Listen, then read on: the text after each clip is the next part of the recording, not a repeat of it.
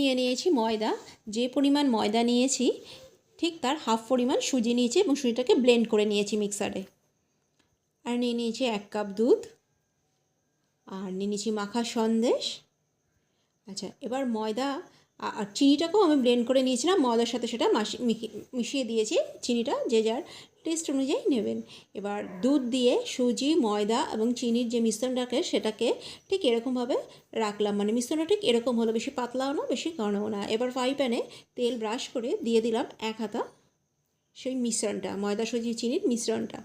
তারপরে খানিকক্ষণ ওয়েট করতে হবে যতক্ষণ এই জালি জালিগুলো না ওঠে। তারপর মাঝখানে হিট দিয়ে এটাকে সুন্দর করে এভাবে রোল করে নিতে হবে।